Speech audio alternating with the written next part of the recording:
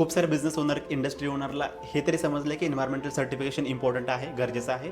But exactly कोणत्या कोणत्या टाईपचे सर्टिफिकेट असतात किंवा माझ्या बिझनेससाठी मला कोणत्या कोणत्या सर्टिफिकेट लागतील याची त्यांना काहीच आयडिया नाही आहे.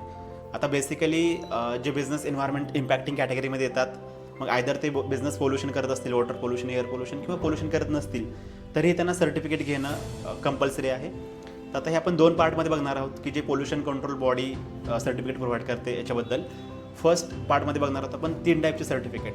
तर फर्स्ट आहे कन्सेंट टू इस्टॅब्लिश. एखादा कोणताही मॅन्युफॅक्चरिंग सेटअप असेल, बिझनेस असेल, हॉटेल असेल, हॉस्पिटल असेल, स्टार्ट करण्याच्या आधी तुम्हाला एक सर्टिफिकेट लागतं जे इस्टॅब्लिशमेंट तुम्ही करताय याचं तुम्हाला शो ऑफ करणं, हे दाखवणं गरजेचं आहे. याच्यासाठी एक सर्टिफिकेट लागतं which is consent to establish. Second आहे की कन्सेंट टू ऑपरेट. तर जेव्हा तुम्ही बिझनेस इस्टॅब्लिश करताय, पण जेव्हा तुम्ही ऑपरेशन करायला स्टार्ट करताय, बिझनेस रन करायला चालू करता, ते रन करण्यासाठी तुम्हाला एक सर्टिफिकेट लागतं जे असतं कन्सेंट टू ऑपरेट.